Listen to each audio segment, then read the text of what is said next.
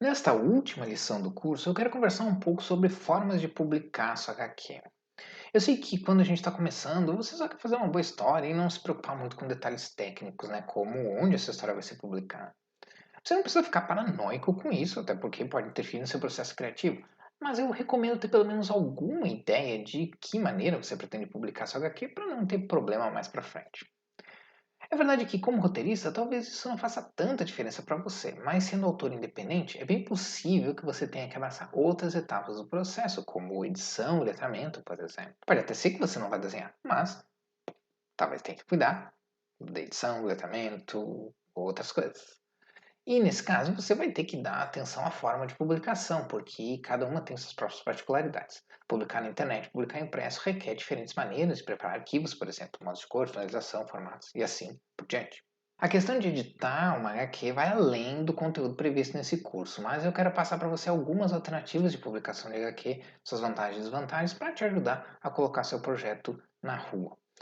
Lembrando que esse vídeo, por ser gravado, né, ele está parado no tempo, digamos assim. Então, eu vou falar sobre as opções que estão disponíveis até o momento da gravação dessa lição. Mas outras alternativas podem surgir depois. Então, é sempre bom ficar de olho, né, atrás de notícias e pesquisar na internet para ver se novas formas de publicação acabam surgindo.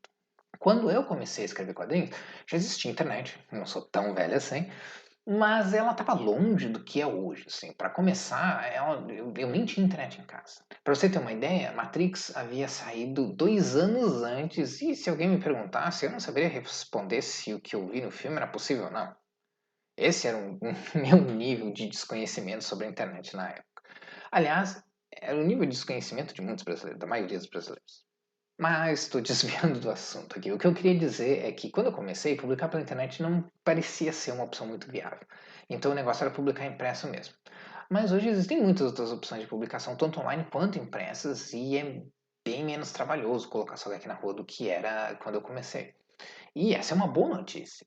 A má é que cada opção tem suas características e nem sempre é fácil adaptar o que você fez de uma para outra.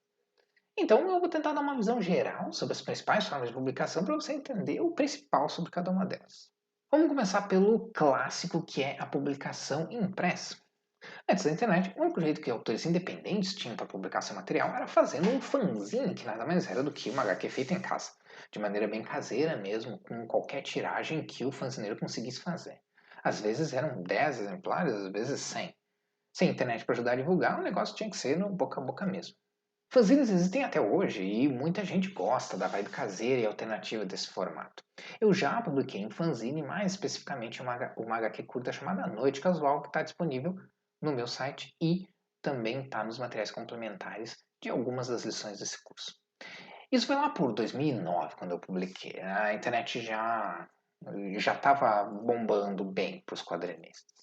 Uma evolução do fanzine, digamos assim, é o prozine, né? Que nada mais é do que um fanzine que você coloca um pouco mais de dinheiro e dá uma cara mais profissional para ele. A primeira HQ que eu publiquei, uma história de ficção científica chamada Espécies, e que escrevi junto com o Anderson Silveira e foi desenhada pelo artista Zambi, pode ser considerado um prozine, pois era bem independente, até a capa era em preto e branco. Mas a gente não imprimiu em casa, a gente juntou um dinheiro e imprimiu numa gráfica de forma um pouco mais profissional. A vantagem do fanzine e do prozine é que você pode controlar todo o processo. Pode definir quantas páginas vai ter, como vai ser o tamanho, etc. Mas as desvantagens às vezes superam as vantagens, principalmente em termos de trabalho e custos.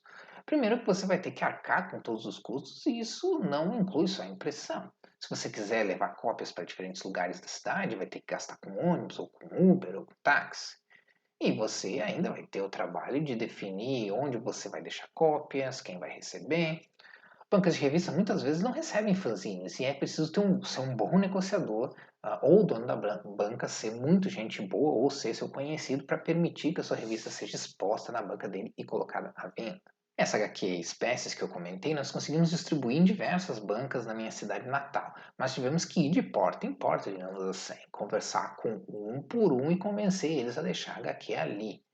Eu não sei se ainda funciona assim hoje, mas na época eles trabalhavam com um esquema que chamam de consignação. Você deixava a revista lá, O que vendesse, eles pagavam uma porcentagem da venda, mas o que não vendesse, eles só devolviam. Essa é uma ótima vantagem para o quadrinista independente, que na maioria das vezes não vai ter dinheiro para investir antes da venda das HQs. Tem um trabalhão, tá? E a gente gastou com gasolina, carona, com ônibus, na época não existia Uber, e vendemos 50 exemplares. Imprimimos bem mais que isso, então a HQ encalhou por um tempão. Mas era a primeira vez que estávamos fazendo isso, né? E a gente não tinha tutoriais na internet ou acesso fácil a cursos na minha cidade, nem podíamos ir para eventos de quadrinhos, também acabava sendo muito caro para a gente. E eles também quase nem existiam na época, né? Então, na prática, a gente teve que meio que aprender por conta mesmo. Hoje fazer um fanzine seria relativamente mais simples. Se você tiver uma impressora, pode imprimir em casa mesmo, divulgar pela internet, mandar os exemplares pelo correio, o que permite que você tenha um público potencial bem maior do que se você distribuir apenas na sua cidade, como eu fiz. Mas ainda assim, você vai ter custos e trabalho de deslocamento para ir nos correios, né? Então, tem que ver se vale a pena. Se você já construiu alguma reputação como escritor de quadrinhos ou não, ou já está começando a ser notado pelas pessoas, pode tentar conseguir publicar suas histórias em jornal, desde que sejam histórias curtíssimas, ou de uma ou duas páginas, ou tidas em quadrinhos. Essa já foi uma opção bem mais válida no passado, tá? Mas se você não mora numa cidade grande, é possível que tenha bem mais chances de conseguir isso ainda hoje em dia. Eu publiquei no jornal O Caxiense, lá da minha cidade natal, entre 2010 e 2011, numa sessão semanal do jornal, né? A grande maioria das HQs que eu usei aqui de exemplo e que estão nos materiais complementares desse curso vem dessa época. Publicar no jornal tem várias vantagens, tá? Primeiro, é provável que você não tenha custo nenhum, né? Você pode fazer algum tipo de parceria com o jornal que se disponibiliza a reservar um espaço para suas histórias. Segundo, que você não vai precisar se preocupar com impressão, divulgação, nem distribuição, né? Não vai ter nem gasto nem trabalho com isso. E melhor ainda, como o jornal já tem um público, uma abrangência específica, mesmo que ele seja um jornal pequeno, você sabe que sua história vai ser distribuída para várias pessoas. Mas publicar pelo jornal tem suas desvantagens. Você vai ter que convencer o editor a sentar e conversar com você. Isso em primeiro lugar. E depois ainda vai ter que convencer ele, né, de que a sua HQ combina com a linha editorial do jornal e que vai trazer algum benefício para a publicação.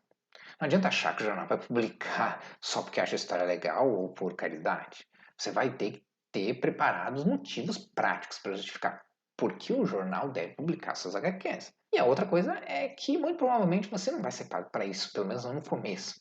Basicamente seria uma alternativa para aumentar o seu público e começar a ser mais conhecido. Outra opção é publicar por uma editora oficial.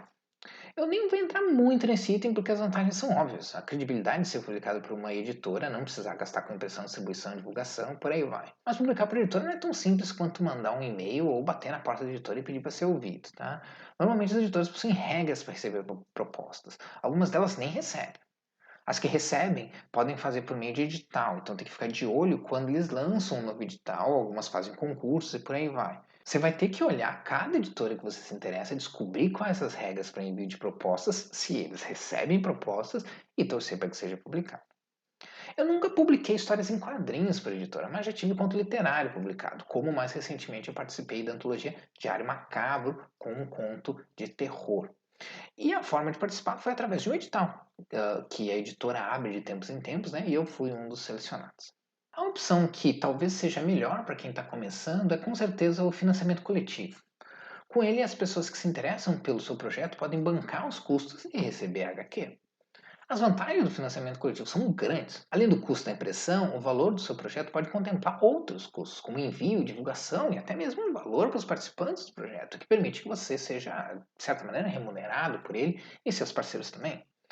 Há diversos canais de financiamento coletivo, né? Mas o Catarse provavelmente é o mais conhecido de quem faz quadrinhos. Para mim, financiamento coletivo só tem uma desvantagem, mas é uma desvantagem bem grande. Você tem que cuidar de tudo. E para conseguir financiar todo o seu projeto, é bem provável que você tenha que contar com centenas de apoios, 500, 600 pessoas. E vai ter que buscar a gráfica para imprimir, vai ter que divulgar você mesmo, vai ter que enviar todas as centenas de exemplares para cada pessoa via correio. Não parece, mas é um trabalhão. Eu já participei de um financiamento coletivo do álbum Jackpot, do artista Guilherme Balbi, e posso dizer que não é moleza.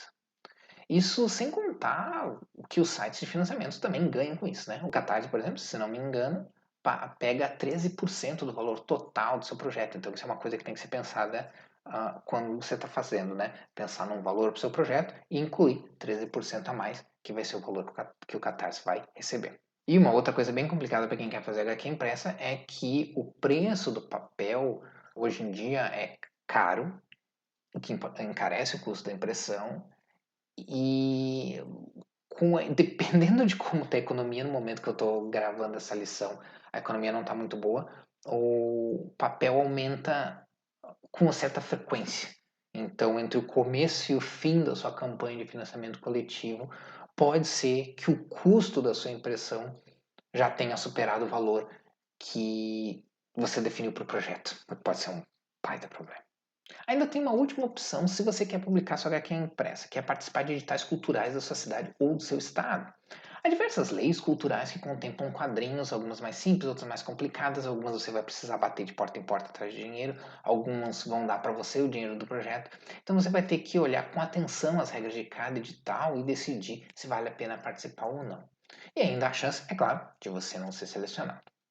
A HQ de Exile, que eu escrevi junto com Frank Tartaros, foi publicado originalmente de forma digital como uma minissérie, mas 2 anos depois nós conseguimos passar no edital cultural da cidade, que permitiu a gente imprimir uma versão encadernada com a história completa, que é a versão que temos disponível para venda atualmente. As vantagens aqui são muito parecidas com o financiamento coletivo, que é você poder bancar o seu projeto e pagar o seu trabalho e mesmo os seus parceiros.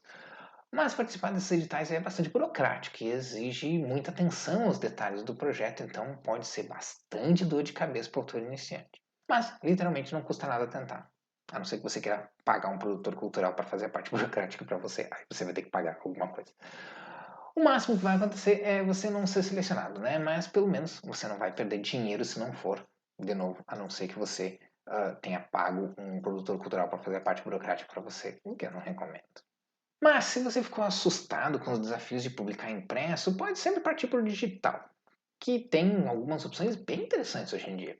Uma delas é através da plataforma de autopublicação Kindle Digital Publishing da Amazon.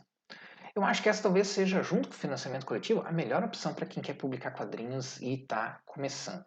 No KDP, você pode fazer o upload do seu projeto, colocar o preço que você quiser e, quando publicar, ele vai estar disponível para venda na Amazon do mesmo jeito que qualquer e-book. As vantagens são óbvias. Você não vai pagar nada para publicar sua HQ. Você vai poder definir o preço que quiser para sua HQ e ganhar dinheiro com ela e vai ter o seu projeto sendo vendido na Amazon, que é uma grande plataforma e já reconhecida pelas pessoas. Se você tiver condições de fazer uma versão da sua HQ em inglês, pode até mesmo ter uma versão impressa, pois em outras lojas internacionais da Amazon você pode publicar através de impressão por demanda. Mas no Brasil, por enquanto, pelo menos enquanto no momento que essa lição está sendo gravada, só está disponível a criação digital. Minha HQ Sargento de outra edição foi publicada via KDP e tem tanto versão em português quanto em inglês, e na versão em inglês a pessoa pode comprar impresso também. Mas claro, o KDP também tem suas desvantagens. A maior delas é para o autor iniciante, pois você vai ter que fazer tudo sozinho e a Amazon tem diversos critérios técnicos que têm que ser preenchidos para você conseguir publicar no KDP. Coisas como o tipo de imagem, padrões de capa, tamanho de lombada, formato da HQ, etc. É bem chatinho e pode confundir e assustar quem não está acostumado com essa parte mais técnica. Mas, se você conseguir superar esses detalhes, pode ser uma ótima opção. Uma opção alternativa à Amazon é a plataforma Comixology, que atualmente também é da Amazon, então não é tão alternativa assim. Mas enfim, a vantagem do Comixology é que ela é voltada especificamente para quadrinhos, mas eu não sei se é muito usada pelos quadrinistas brasileiros. Eu sei que quadrinhos americanos usam bastante, então se você sabe inglês e quiser tentar publicar sua HQ digitalmente no mercado americano, pode ser uma boa opção. A desvantagem é que, mesmo sendo da Amazon, você perde algumas vantagens de publicação no KDP se não assinar a exclusividade de 1 ano no KDP. Se quiser usar o Comixology e o KDP. Vai ter coisas que no KDP você não vai ter, vantagens que você não vai ter. Mas depois de 1 ano, você já pode colocar sua HQ digital que está no KDP também no Comixology, sem problemas. Se você tiver aberto a outras maneiras de lançar sua HQ, por exemplo, se não se importar de lançar ela página por página, digamos, semanalmente, ou se seu projeto é de uma história seriada ao invés de um álbum fechado, você pode considerar plataformas de financiamento recorrente. Financiamento recorrente é uma forma de financiamento coletivo, mas ao invés de você financiar um projeto por vez, você cria uma espécie de assinatura, onde os apoiadores pagam valores mensais para sustentar seu conteúdo. Aqui é uma grande vantagem em relação a todas as outras alternativas que eu mostrei, que é a possibilidade de ganhar mensalmente com a sua produção de HQ. Eu ainda não participei de nenhum financiamento recorrente no momento da gravação dessa lição. Existe um projeto meu de financiamento recorrente em desenvolvimento, mas eu não sei quando ele vai para o ar. Mas aqui tem um exemplo do Padrim, que é um dos vários sites que fazem financiamento recorrente. Mais especificamente, a tela é do Padrim do Rafael Salimena, que é conhecido como Linha do Trem e que eu recomendo muito. Mas há também desvantagens, tá? Sua produção vai ter que ser mais frequente, porque quem assina financiamento recorrente vai querer conteúdo recorrente, ou seja, não vai querer receber uma HQ por ano, por exemplo. Por isso, ele é muito usado por quadrinistas que fazem tiras de quadrinhos, porque eles podem fazer, por exemplo, uma tira por semana e enviar para os apoiadores. Mas nada impede de você de fazer uma HQ mais tradicional e ir lançando, né, as páginas para os apoiadores aos poucos, por exemplo. Esse é só um exemplo que dá para ser feito. Você pode ser criativo com a dinâmica do financiamento recorrente, né? Eu digo que a produção é uma desvantagem aqui porque você, como roteirista, pode ser que consiga manter um bom ritmo de histórias para justificar um financiamento recorrente, mas isso não quer dizer que os seus outros parceiros vão conseguir manter o ritmo. Para você ter uma ideia, quando eu fazia HQs para aquele jornal que eu comentei, era uma página por semana, depois passou para 2 páginas por semana, e cada semana uma história diferente. Então toda semana era produzido um novo roteiro, uma nova arte, uma nova colorização, quando dava tempo, e um novo letramento. E para a gente conseguir dar conta de tudo isso, fazíamos a 10 mãos, ou seja, a gente era em 5. 2 roteiristas, eu e Frank Tartaros, se revezando entre roteiro e letramento, e 4 desenhistas se revezando na arte e nas cores. E ainda assim era bastante trabalho para cumprir no pouco tempo que a gente tinha. Então, financiamento recorrente com certeza é uma boa opção, mas você vai ter que ter certeza de que vai conseguir entregar o que promete para os seus apoiadores. Por último, a opção mais simples e mais vantajosa para quem está começando e ainda precisa conquistar seu espaço e construir público é simplesmente criar um blog ou site pessoal e publicar suas HQs lá mesmo. Combinando isso com suas redes sociais, você pode ter ferramentas poderosas e gratuitas para publicar suas HQs e divulgar elas, né? E hoje em dia dá para se criar um site bem bom gratuitamente. Quando eu comecei a desenhar, eu resolvi fazer uma HQ de teste, digamos assim, e produzir uma tira de mistério serial chamada Quest, que você viu uma palhinha, né, alguns exemplos em diversas aulas desse curso. O Quest durou 37 capítulos, ou 37 tiras. Como era algo experimental, publiquei no site do Tesla Studio, fundado por mim e pelos outros criadores que participaram comigo naquela sessão semanal de HQs do jornal O Caxiense. Claro que eu publiquei tanto no site do Tesla quanto no meu site pessoal com a intenção de ser uma leitura gratuita, né? Então eu não esperava ganhar nada em termos de retorno financeiro, né? Não era essa a minha expectativa e não era essa a minha intenção com essa produção. E aí tá a principal desvantagem de um blog, um site pessoal gratuito. Você não vai pagar nada para fazer, mas dificilmente vai ganhar alguma coisa para publicar essas HQs lá e as pessoas lerem, né? Quer dizer, você até pode usar algumas alternativas, como botões de doação, por exemplo, que plataformas como PagSeguro e PayPal oferecem. É uma forma interessante de ganhar alguma coisa com suas HQs e ainda assim disponibilizar suas histórias para todo mundo ler gratuitamente. Nas histórias que eu disponibilizo no meu site gratuitamente, tem lá botões de doação para quem quiser doar. Mas não é uma renda, não é um valor esperado, né? Não é algo que você pode contar porque é decisão das pessoas doarem ou não. E isso encerra não só a última aula, como todo o curso Escrevendo Quadrinhos. Espero sinceramente que esse curso tenha aberto seus olhos para as possibilidades de escrever quadrinhos e que você possa usar o que aprendeu aqui para criar HQs incríveis que eu com certeza vou ter interesse de ler. Muito obrigado por ter adquirido o curso. Eu vou deixar nos materiais complementares uma lista com os livros que eu usei como base para esse curso, o que é interessante se você quiser se aprofundar na questão dos quadrinhos, na questão da escrita de quadrinhos, o que eu acho sempre interessante. E se quiser se aprofundar no estudo sobre quadrinhos, não só na escrita, mas em outras áreas, dê uma olhada no meu site, que pode ser que já tenha outros cursos disponíveis ali. Um deles vai ser um mini curso sobre como escrever personagens, que é mais curto, mais barato que esse, mas aprofunda bem mais o que foi apenas uma aula nesse curso aqui. Espero ver você e suas HQs por aí mais cedo do que mais tarde. Até a próxima!